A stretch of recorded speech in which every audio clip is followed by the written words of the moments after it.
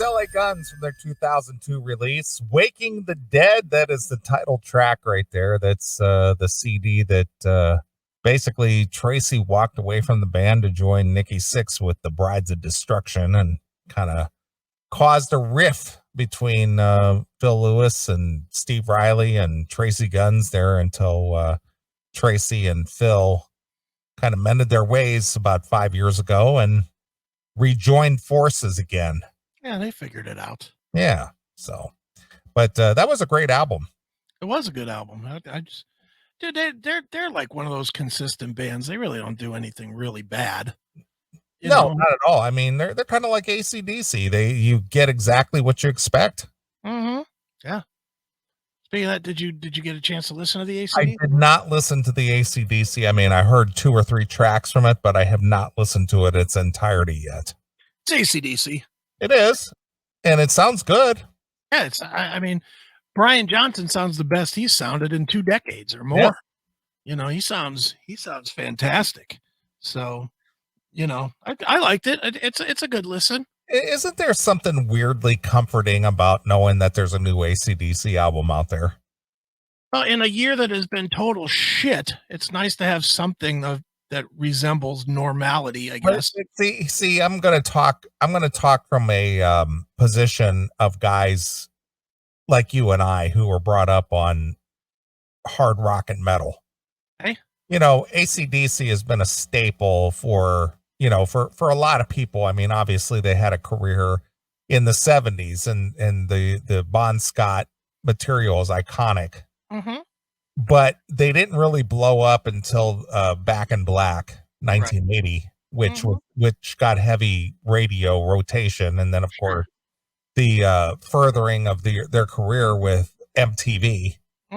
They have been an American or a worldwide staple, not American so much, but just a worldwide staple since the late 70s, early 80s. And something about it's just so strange to me to think about bands as a kid, as a child almost. And I'll even go back to the late 60s listening to the radio.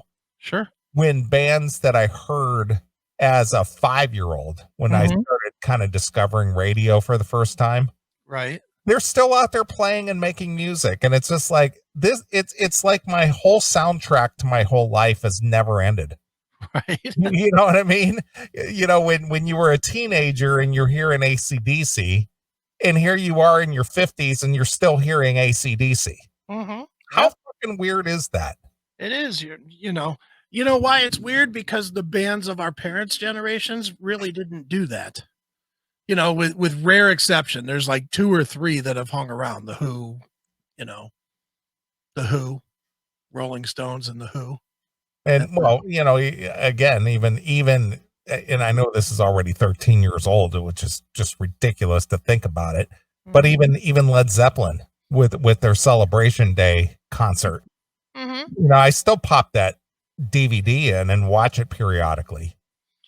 Yeah, see that one, it's okay, I guess. It's not the greatest, but it's still interesting to watch, and it's just like here's these guys, they're still here, they're still on the planet. Obviously Robert Plant still does perform and he still does sing, and obviously it's not Led Zeppelin, right? And Jimmy Page has kind of been relegated to doing the producing on the the reissues, remasters, re-releases. Yeah, boy, a lot of those. Yeah, he's not really performing per se.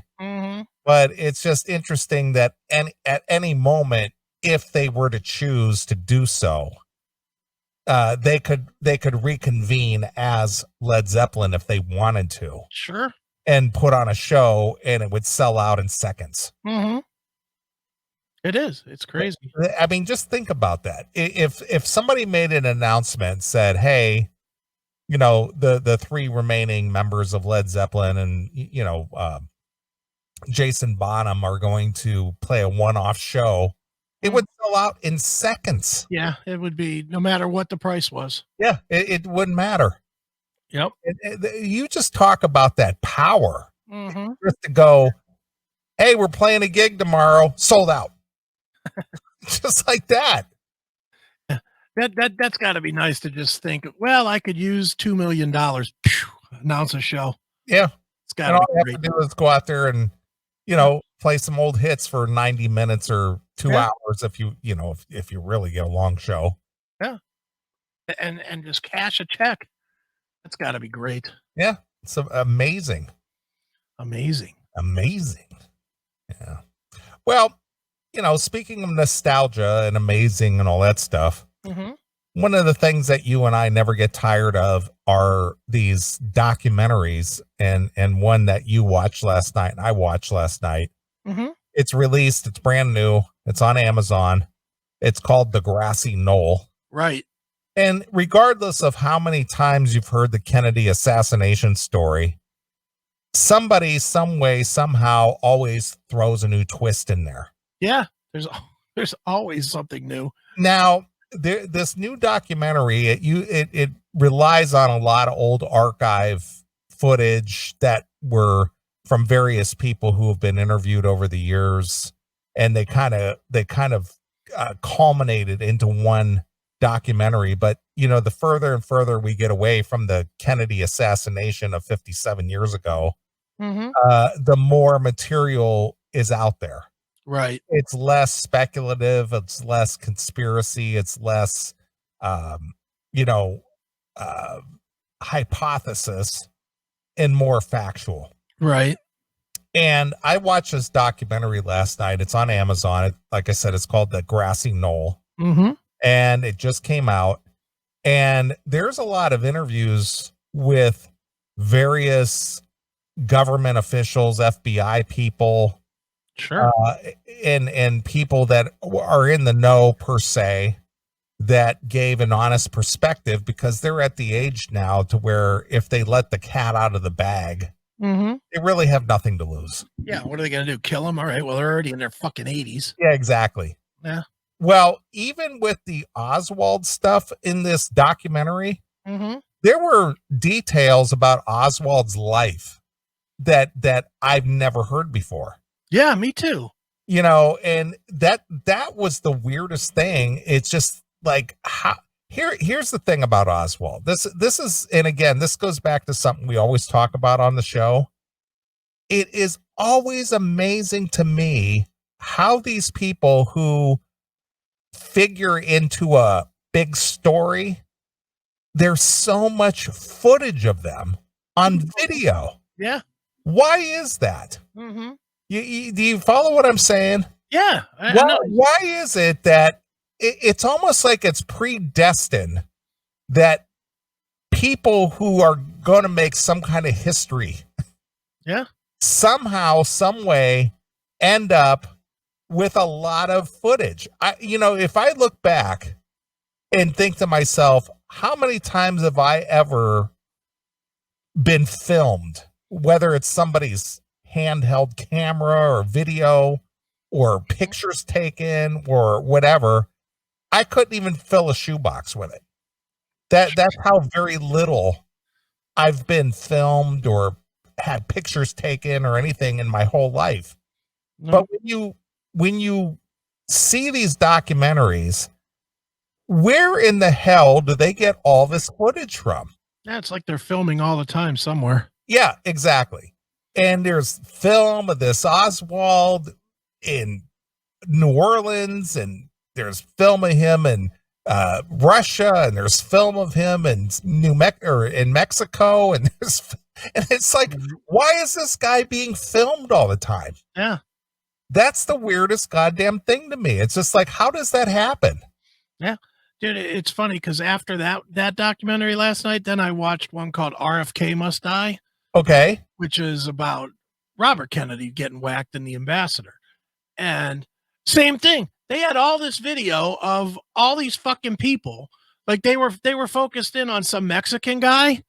And like they had video of him like peeking his head around JFK and stuff, like while he was speaking, and then walking through the crowd, and then outside, and and then video of him somewhere else. And I was like, how do they have video of this fucking guy?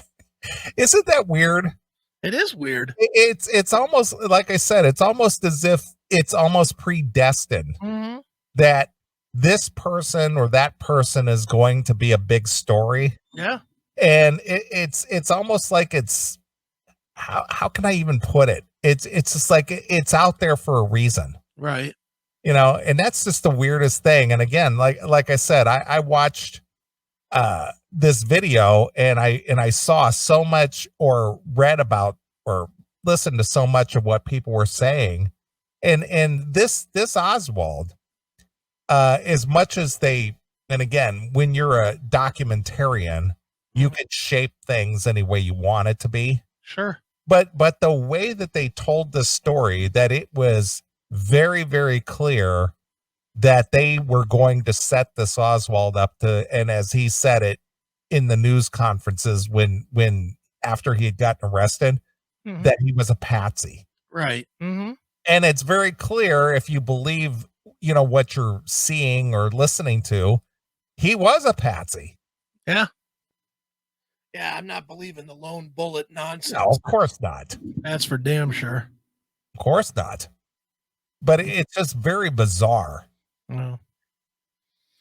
So I went down the rabbit hole last night. I watched that. I watched the RFK, and then I watched it's an actual movie, not a documentary, but I watched that movie Parkland as well. You know what I came away with from that one? That guy Zapruder was a big fucking faggot.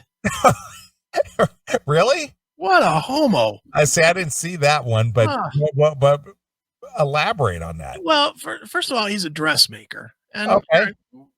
I'll forgive that, I guess, in the 60s, because back then, guys ran all the businesses. Yeah, if you're a tailor, seamstress, or whatever, you do those things, sure. Yeah, and in the 60s, I'll forgive that. But this fucking cornball, he shoots this video. Yeah. And he knows he shot the video. He starts crying, and he never stops for the rest of the fucking movie. Like, they're showing the video, he's crying. He's negotiating with Life magazine, he's crying. He's all fucked up, constantly. His wife's trying to console him because he has this video and he's crying. Meanwhile, he didn't cry. In real life, he didn't cry so bad that he didn't take $500,000, which in today's money must have been about $6 gazillion. Right. But it just the whole thing, he was crying and whining about, this was a great man. Shut up. It was a guy that you saw get whacked. He fucking changed you and your family's life forever in a positive way. Cash your check and shut up. And even at the end of the movie, they how at the end of all these movies, they say, well, this guy died and that guy died. And, yeah, of course. And this is what happened to him. At the end, they showed him and it says, he died at age 65 in whatever year it was, 85 or whatever.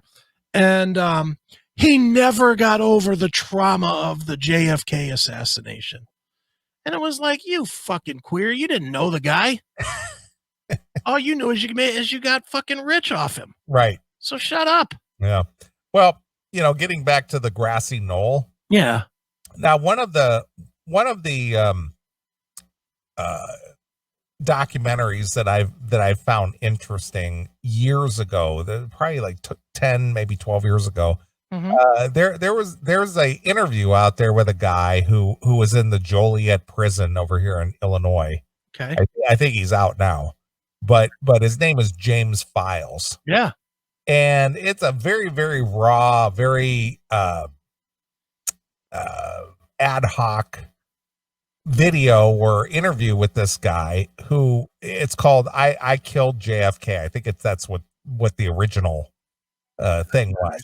Right. And the way that this guy rattled off all these details and his role in the JFK assassination, in my mind, after watching that, and I've watched it a couple times, mm-hmm. he doesn't sound like a guy that, just made all this up. Right. He had a lot of facts, who was where, at what time, what day, what place they met, what was said, who he said it to, and this is a lot of detail to try to make it up. Right. Mm-hmm. And I was always fascinated with it. And the account that he told about him being the gunman on the Grassy Knoll and how he did it, and the weaponry he used, and how he was fairly undetected, and exactly, he was very matter of fact about his job. Right. Mm-hmm. And for him, it was just a job. Right. It didn't matter it was the president of the United States. It didn't matter that he was working with these mob guys, because he was basically involved. Right. And he just did it in a very matter of fact way, did his job, shot that bullet, knocked off the president, packed up his little what do you call it, a cannonball? The 223, whatever it was. Yeah, it's like it's bigger than a handgun, but it's smaller than a rifle. Right. And he just packed it up into a little case, and he just kind of walked away from the scene, and job done. Yeah. And listening to the way he told the story and all the details he gave on it and everything, you go, wow, I think that's the guy who actually did it. The way he tells the story, he's very convincing, is what I'm trying to say. Well, and the thing is too, and they even brought it out in the documentary, the one that we were both watching yesterday. Nowhere in any of his statements is there anything that counteracts what he said. Yeah, nobody contradicts anything that he said. Nothing. Not one person. Yeah. And even if he studied the case and memorized everything, there is just no way in the world that he could have been so perfect in the way that he talked about his role right in this whole thing. And he came off very convincing. Now, I remember when this came out, there were people who disputed it and said, this guy's just a detention seeker. And, he wasn't there, and he's just a low level car thief, and he's not nobody, and blah blah blah. They kind of discredit his role in this whole thing. Right. Well, this documentary, the Grassy Knoll, they more or less lend credibility to what he said, and he goes, yeah, he was factually correct on all accounts. Right. And I believe the guy, to be honest with you. I mean, I could be very foolish, but I actually believe the guy. I think he was the guy who shot the fatal bullet. Well, I'll tell you what, in that documentary, and it's weird because you go from movie to movie and you get different thoughts, but the one thing that really, really made me think that he probably was the guy was that whole thing about him biting down on biting the bullet casing, on the shell casing. Yeah. And they talked about how it was never public, and it wasn't made public until after he had said it. Yeah. It was never in the public forum.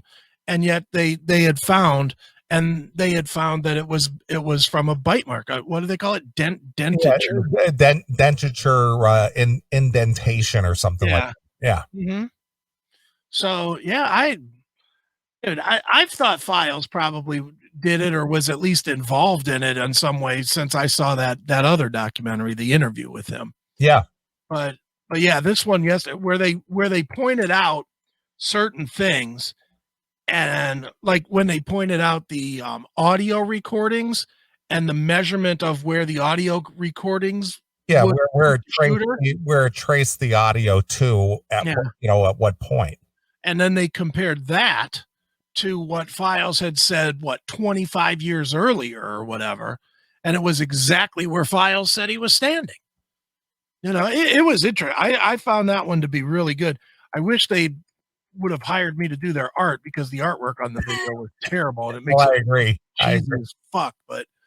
But other than that, yeah, that was a really good documentary. Well, the thing that really, another thing that stood out for me is that we're talking early 60s here. Mm-hmm. And here we are in 2020. We're 57 years, almost 60 years since. Right. And they were talking about cancer research back then. Right. and the thing is that lady, that she's kind of strange looking in this video now, but from the old archival footage of her, she probably was an attractive woman at one time.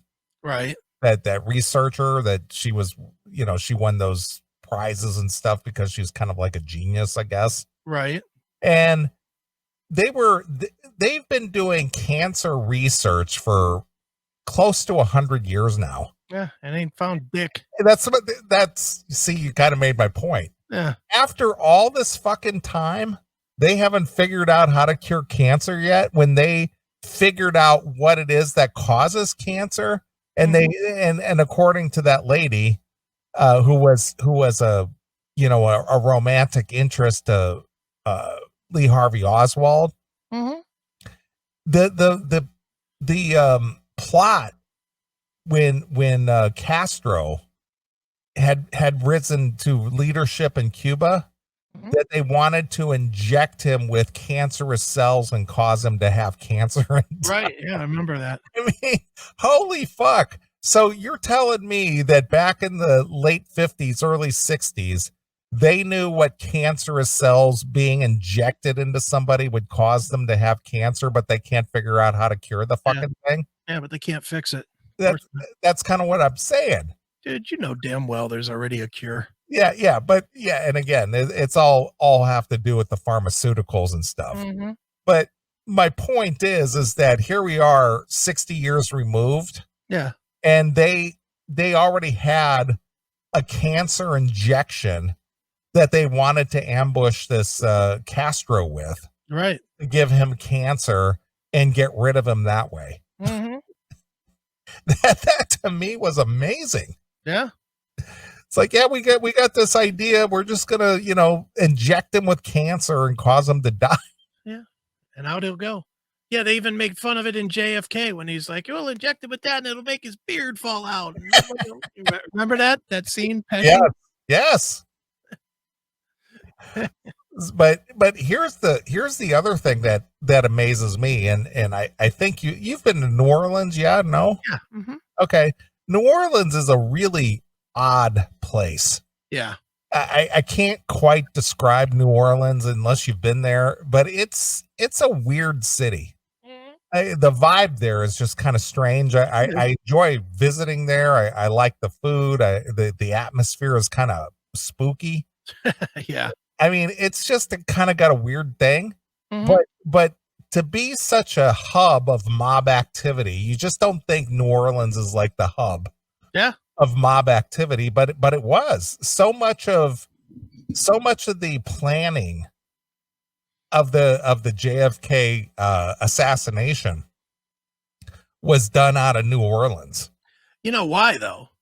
Because everything was under the radar, because the city itself is such a fucking hotbed of activity. Yeah, it's really weird, and Oswald spent so much time there, and there was mob activity going on there, and it's kind of a weird thing. I mean, I can't, it's not like New York, or obviously we talked to what's that? Scott Dietschy? Yeah, Scott Dietschy. Obviously LA is not a big hub for mob activity, but Chicago, New York, you think of those places, but and maybe Miami. Sure. But you don't think of New Orleans. Not really. But apparently that's where a lot of shit happened, or at some point it happened. Yeah. And the fact that this Oswald was in so many different places, right? And it was documented. That's the whole thing. It was documented where he was. Mm-hmm. Always. This guy's in New Orleans. This guy's in Dallas. He's in Mexico. He's in Russia. He's, it's like, what made this guy so special? Yeah. What made him stand out to be such a documented person? Mm-hmm. Because watching or listening to him, whatever, he didn't seem like he was like the sharpest knife in the drawer. No, not at all. But how long did it take, or how long was this guy in the sights of the CAI or the mob to say, yeah, we're going to use this guy and set him up to be the fall guy for the assassination of a president? I think it's kind of like Sirhan. They choose guys that are kind of dumb. Yeah. And dumb and young, because Oswald was what, 24? Yeah, he was a young fella. He was young. And when you think about that, this guy was 24, served in the military and defected back. I mean, look, he probably joined the military at what, 18, 19? So in the course of just 5 years, he did his time in the service. He went overseas, lived there for a year, met himself abroad, came back with the broad, somehow got back in the country, got sucked into the plot, and fucking, whacked the president, allegedly. Yeah. Well, and All in the 5 other years. thing, and the other one was, and I know I'd seen this on something before, but they kind of solidified it for me about after he had gotten assassinated by Jack Ruby, Mm-hmm. about how they took that gun that he supposedly shot Kennedy with from the book depository window and went over there to put his fingerprints on it. Yeah. Palm printed it. Yeah. that is amazing in itself. It's just like, man, how many people have to be involved with getting this story right? Mm-hmm. And then the waste of this whole Warren Commission and having that big, findings and it all being wrong and it's just garbage. Well, and the volume of people that would have to be involved is what makes people believe the conspiracy. Yeah, exactly. Because you can't keep a secret. I mean, dude, you can't keep a secret for fucking 10 minutes, between 10 people. And now you're going to say that fucking government agencies across board, there's not one fucking paper that leaks out. None of that stuff. And dude, what is wrong with these presidents recording every goddamn phone call? What is that about? Well, the one that stood out for me, which I had never heard before, about how Gerald Ford. Yeah. And isn't it weird that both Bush Sr. and Gerald Ford were both involved with the Warren Commission? Mm-hmm. And they both became presidents at some point? Well, and weren't they both at the scene of the? Yeah, supposedly, yeah. Because there's like that famous picture of right outside the front door of the book depository where they have a picture of, like, it looks like Bush Sr. coming out the building. It's like, what the hell? And what's really weird is that within a matter of hours, within 24 to 48 hours, that they had to revise the autopsy report, right, to make it reflect one thing as opposed to another. Yeah. And it's just like, how far in advance were the powers that be, who knew this was going to go down, decided, hey, it didn't hit him in the back, it hit him through the throat. It came from this side, but not that side. It blew his head off here, but not here. Right. Let's change the autopsy report to reflect this instead of that. Mm-hmm. Holy shit. But again, that leads to the whole conspiracy. Is how could they have known that? Nobody saw the fucking Zapruder film for a while. Certainly not in the time that it took to fucking pronounce him dead and bring that carcass back on the plane. Yeah. So, and let's be honest, even a top forensic guy is not going to be able to look at it and fix it and all that other shit in the time that it took to fucking load that body on the plane and then get it to Washington. Yeah. And be able to do it without somehow the fucking grieving wife not noticing that there was some surgery going on in the back of, 3 seats behind her. I mean, there's some weirdness to it. There's stuff we're never going to know. There's stuff we're never going to know or understand. And maybe Jackie was somewhat in on it. I'm not saying in on the killing, but maybe they got her on the plane and said, here's your story. And if you don't like it, we'll kill you and your fucking kids. Yeah. Here's your role. Now play it right. Yeah. We'll let you fucking stay rich and healthy and live and let your kids fucking live. Or you can magically die in a car accident on the way back to the White House. I mean, if you think about it, if you think about it, especially the way that this new documentary spells it out, I even have doubts that Oswald was even in that building where that gun and all that shit even took place. You don't think he's in the book depository at all? No, I think he might have been in the building, yeah, but I don't think he was up on that 6th floor. I don't even think he was in that sniper's nest. I don't even think he had anything to do with it at all. He was in the 2nd floor lunchroom. I think he might have been in the building, but I think that gun and that sniper's nest was just planted there. Yeah. But I don't think he actually handled the gun. Could have been, or even if he did handle the gun, I mean, they might have taken it out of his house. I mean, he didn't seem the kind that would have secured his fucking weaponry. You know, he was living in somebody's fucking spare room, wasn't he? Mm-hmm.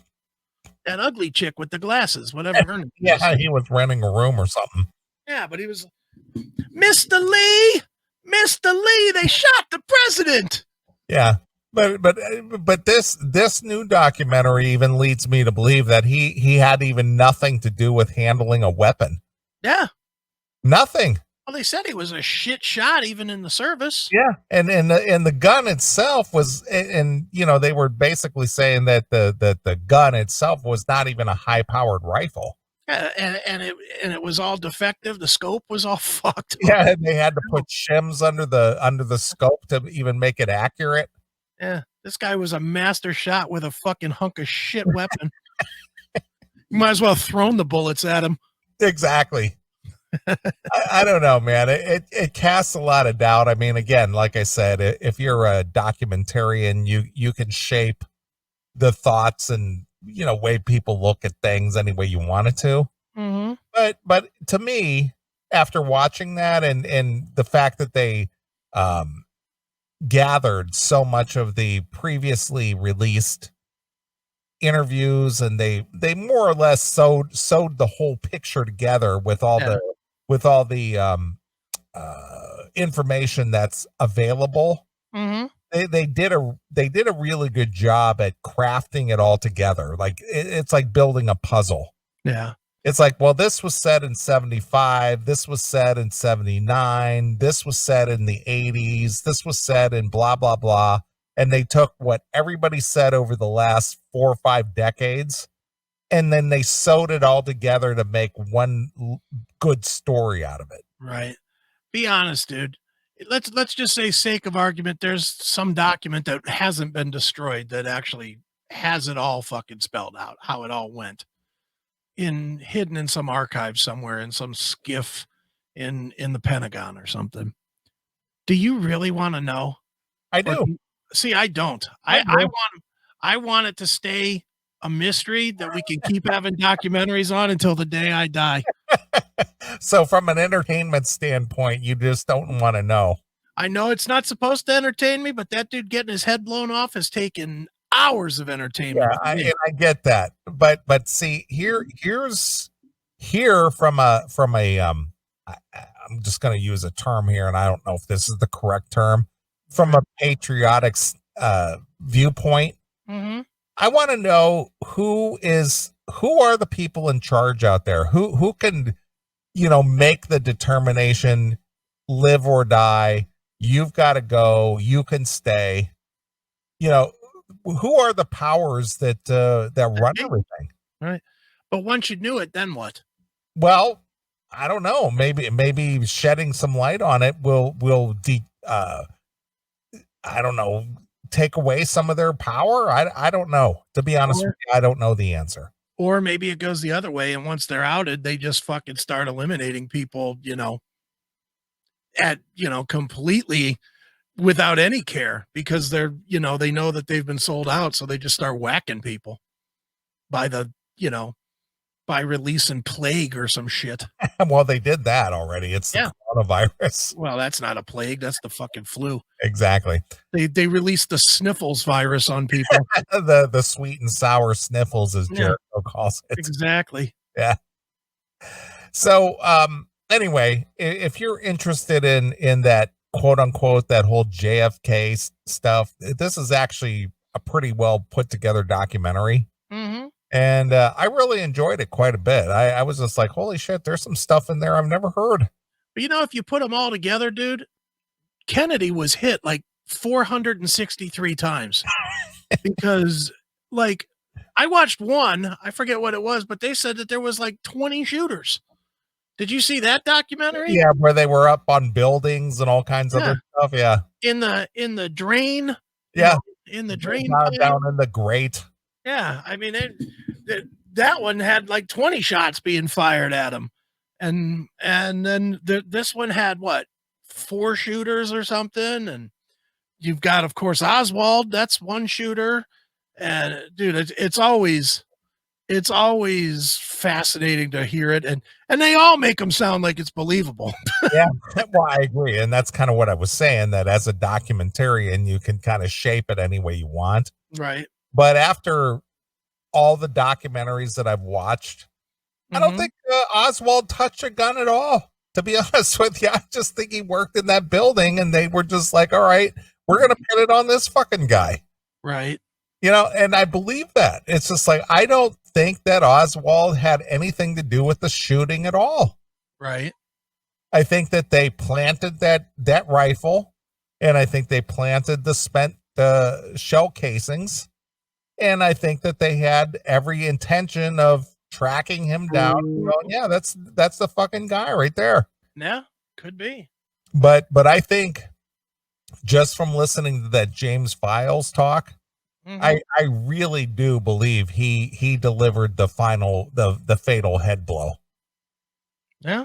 I really do. I think he does. He just talks about it in such confident, calm demeanor, and in such detail. It's just like, if you weren't there, you couldn't make that shit up.